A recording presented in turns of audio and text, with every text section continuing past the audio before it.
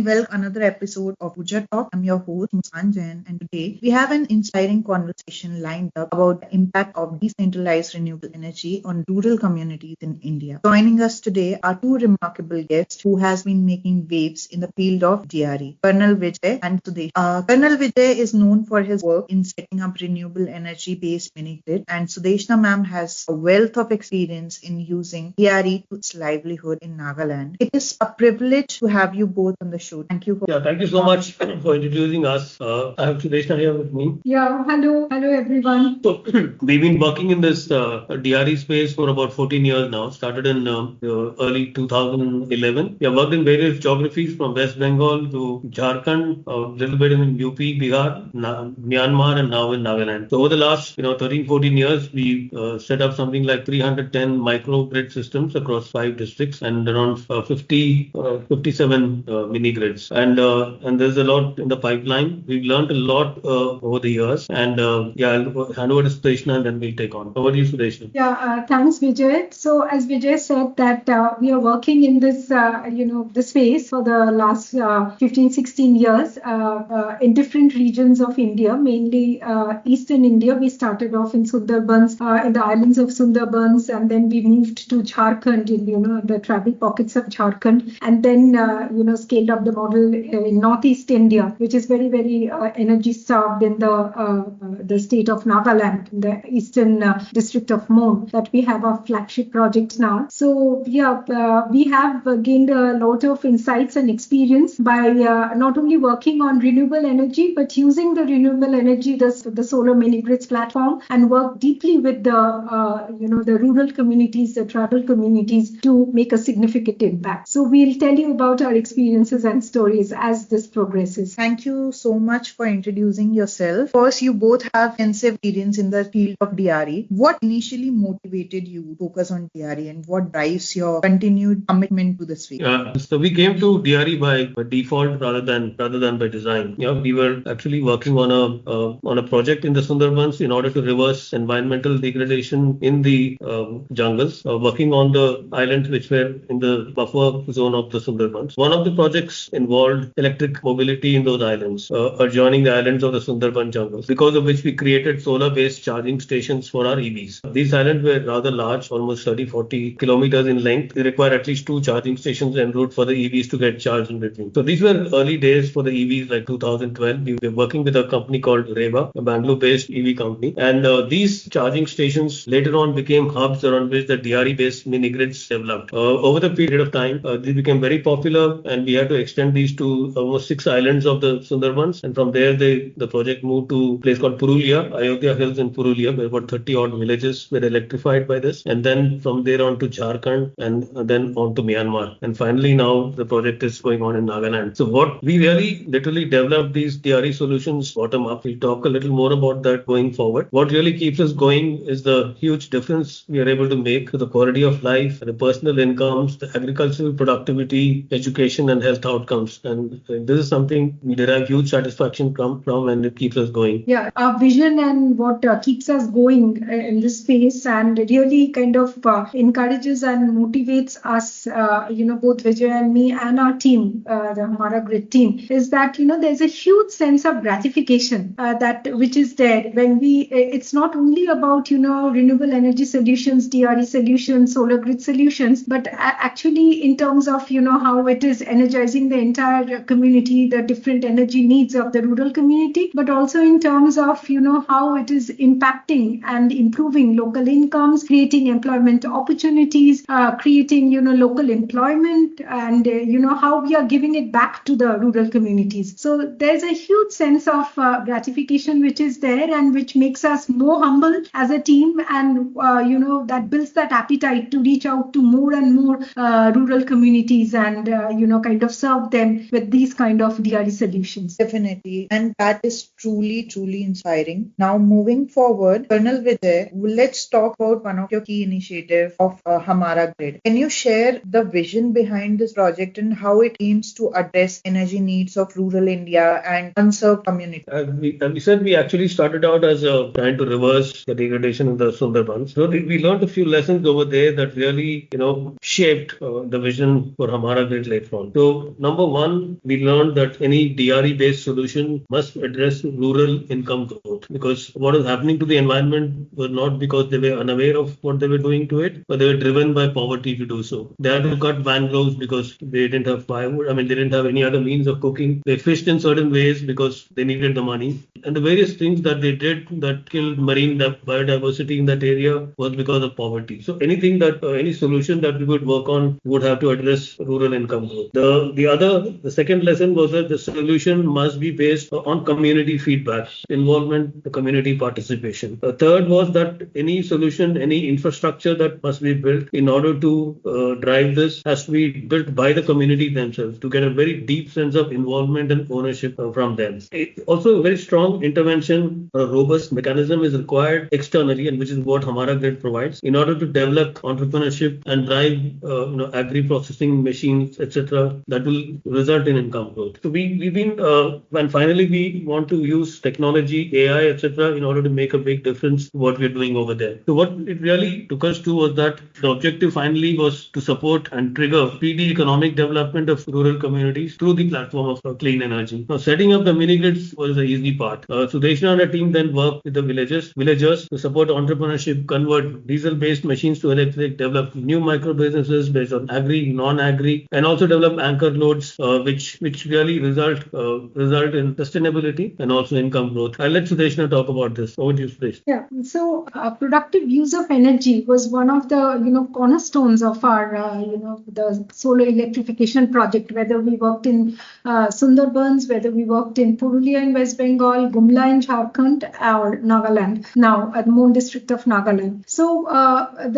we use the solar mini grid platform actually to engage very, very deeply with the communities, to work with them to increase and multiply the productive use of energy, the productive loads. So we do this, my team actually approaches this growth of productive use of energy in the operational villages in different layers. So first is the lowest hanging fruit is Muskan, already the loads, there are few electrical loads, productive loads which are existing in the villages. So our first target is to engage with those entrepreneurs. Some existing entrepreneurs are there, some existing businesses are there using single phase electrical machines. So agri machines, mainly agri machines, because all the rural communities that we have worked with are agrarian communities, be it in Gumla district, Jharkhand, be it Mon district in Nagaland. So agriculture is the primary occupation of the rural communities across West Bengal, Jharkhand, Nagaland. So there has been, what we have identified is that there is a kind of a critical mass of entrepreneurs already in the villages, in the operational villages, using those single phase machines. But because the government grid is does not deliver, or the quality of the government grid is not that great, they are unable. They have invested in those machines, but they cannot actually use those machines to their fullest potential. So the first level of engagement is with those entrepreneurs and those businesses to connect them to the solar grid so that those businesses reach their full potential. That's the first level. Second, we also work simultaneously with loads which are powered through diesel, fossil fuel powered productive loads, say 3-phase rice hullers, pulverizing machines, or the around 7 HP to 10 HP 3-phase loads, because Hamara grid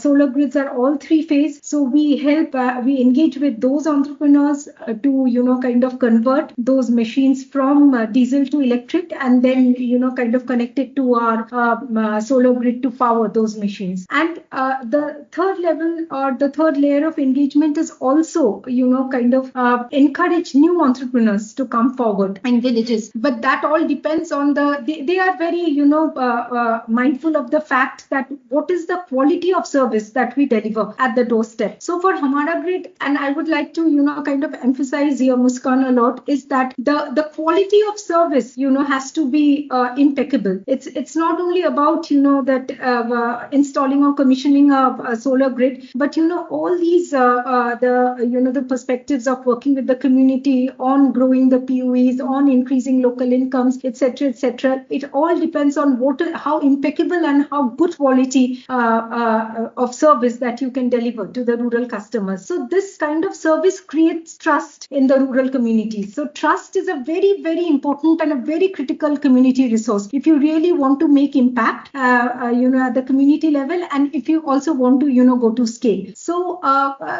initially that we, deliver this kind of, service when we go to a operational village, when we commission a grid, then the, some of the, potential entrepreneurs also, they come forward and they want to, invest in a single phase machine, a rice huller or a pulverizer or any kind of, dehusking machine, millet dehusking machine, because millets and corn, they are grown in plenty in Nagaland. So, these are a bunch of new entrepreneurs, and we not only engage with them to, switch them from diesel to electric, but we also, help them to, understand how the electric machines function. We also work with them to, create local markets there in the villages of Nagaland. We had the same approach in Gumla as well. It's not only about the machines, it's also about the service. It's about the training of the entrepreneurs to use the machines. It's about the, repair service mechanism, that if he faces any kind of repair issues of those machines, how fast and how quickly can you address and troubleshoot those issues, and also working with the local entrepreneurs to, kind of grow the market. And mainly here by market, I mean the local market, that we work with them and we help them to grow. And also speaking about the, productive use of energy, in Nagaland, we have been working not only with the entrepreneurs, the local entrepreneurs, that has been one of the, biggest segment of productive use of energy. But we are also working in terms of, increasing the, the commercial viability of the solar mini grids there. We are working with some anchor loads, Muskan, in the villages. Anchor loads, but in terms of, like some institutions.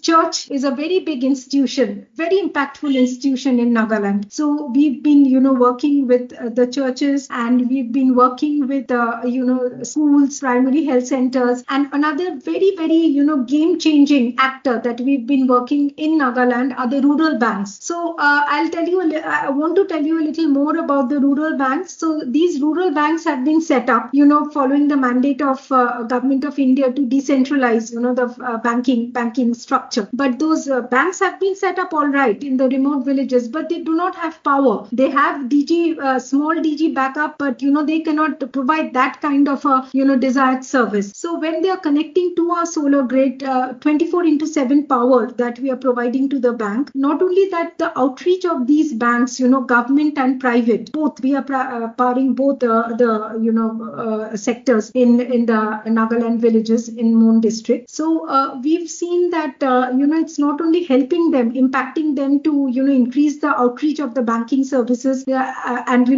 those services becoming more and more efficient there in the villages, but also in terms of that the power cuts, they have also been able to increase their services by installing micro ATM services there in the bank. So these are the ways that it has really improved and impacted the lives of the villagers. So not only in terms of increasing local incomes by increasing the the entrepreneurship potential in the village, and helping them, working with them, being engaged with them to make them how to understand, help them understand how to run the machines and the repair maintenance and the markets, but also impacting their lives in terms of helping to increase the banking services, which is such a key lifeline, wherein the hold of money lenders, as is very strong, where the banking services are weak, and so this really has improved a lot. Definitely. And with all the conversation we just had, I can tell you that this is truly a noble initiative and a great vision indeed. This question is for you, Sudeshna ma'am. You have been working on enhancing livelihood in multiple places, just like you said, Jharkhand and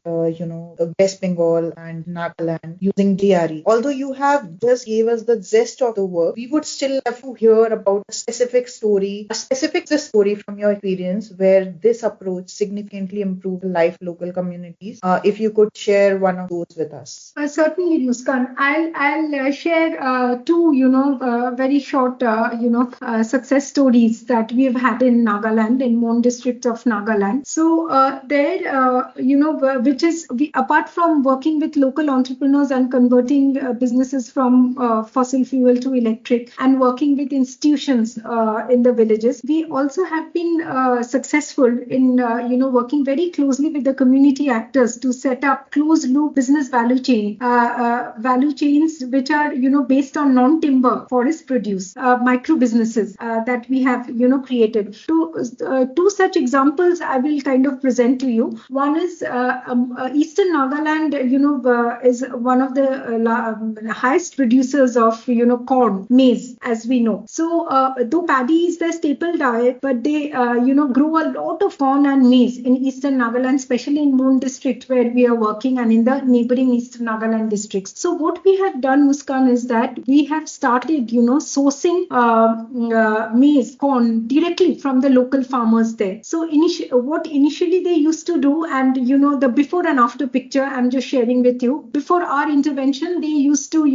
have this huge corn production, did not know what to do with the surplus, because in the tribal Cognac communities there is no concept of surplus. So these middlemen from Assam used to come into Nagaland, to the villages, directly reach the villages and just buy off the corn at throwaway prices. That is how this mechanism works, right? And used to take away all the surplus what production that they had back to Assam, and they were just left with a hand to mouth situation kind of a thing. So after my team went in there and we observed this situation, what we have done is that we have started procuring the corn seeds, the dry corn seeds, directly from the local Cognac farmers there, and we give them a price. We use the app and we give them the mandi price in Guwahati. What is the current mandi price in Guwahati is, we give them that rate. We pick up the corn from their doorstep. We bring the corn back, to our villages. In our villages, in the operational villages, we've been in some villages we are working with SHG women. In some villages we are working with single entrepreneur, with one entrepreneur, and we have financed a pulverizer machine, corn pulverizer machine, single phase 3 HP corn pulverizer machine. We have trained them how to use the corn pulverizer machine, so they are pulverizing this corn which has been locally sourced, and the output of it, the livestock feed, the pulverized corn is used as a livestock feed, as a pig feed in the local villages, because as pork is a delicacy in Nagaland, and each of the mostly all individual households rear pigs. They have micro piggery project, and it is promoted. Micro poultry and micro piggery is promoted hugely by government of Nagaland. So there is a beautiful win-win situation that we have kind of facilitated, and we have facilitated this entire ecosystem. So how it benefits the farmer, the local farmers benefit because they get a good price at the doorstep. We pick up the corn. The rural entrepreneur or the SCG women benefit because they are pulverizing the corn there itself in the village and selling it there in the village, as pig feed there. So they are earning an income. And how the households benefit is that they are getting very, very good quality unadulterated pig feed, for their micro piggery project, and at a price which is much, much less than the market price of the livestock feed in Moon. So it's like last year we had sourced over 14 tons of local corn seeds. This year it has begun. Till date we have sourced about 9 metric tons of local corn, and since our grids have also multiplied, last year it was around 10 grids. This year now we have about 17 grids up and running, and the numbers are growing. So there's a huge market potential, and it's all local, and all the actors in this business value chain are benefiting. So this is how this has been one of the success stories of the closed loop business value chains based on corn pulverizing that we have created. That's one.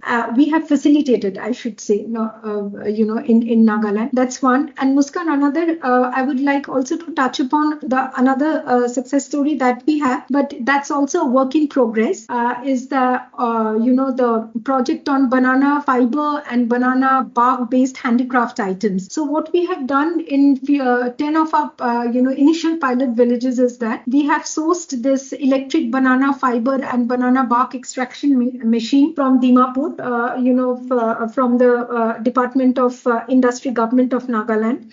It's from a it's sourced from a government vendor. These machines, it's not just bought from taken off the shelves. All these machines are certified by the government of Nagaland. So the machines are of a good quality. So we have sourced these machines. We have trained the SHG members, self-help group members in our operational villages on making banana based handicrafts, mostly baskets and tea coasters, table coasters and tea coasters. And we have sourced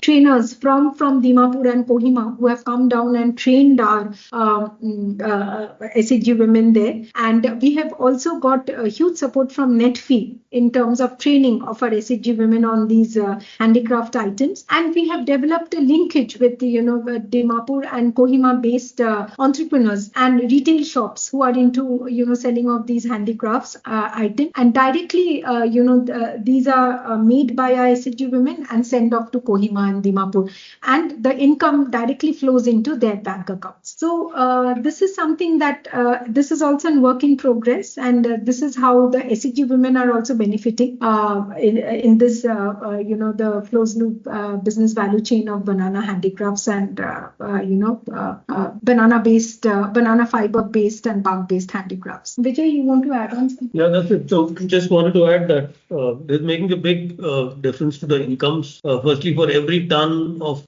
corn or maize that is sourced, it benefits about 10 to 20 farmers because it's directly procured. So the middleman used to procure at rupees 10 a kilogram of maize. So we pay mandi prices. Happy to share that today's price went at 21 rupees 50 paisa. So it's almost like twice what they get of what they used to get before. So this is the first part. And since the amount we sort of source is like 20 tons every year, so there's a pretty large number from 200 to 300 farmers that directly benefited. And these are not necessarily from our operational villages. The second part is that these corn used to go to Assam, get converted into livestock feed and sold back to them at 65 rupees a kilogram. Sourced at 10 rupees, sold back at 65 rupees. So we source at mandi prices about 20 rupees a kilogram, and the women sell back, the women SHGs then process and sell it back to their peers at 45 rupees a kilogram. So there's savings all around. There's jobs created, there's money saved, there's money made. So this is I think a good example of one of the success stories which Sudeshna's team has come up with.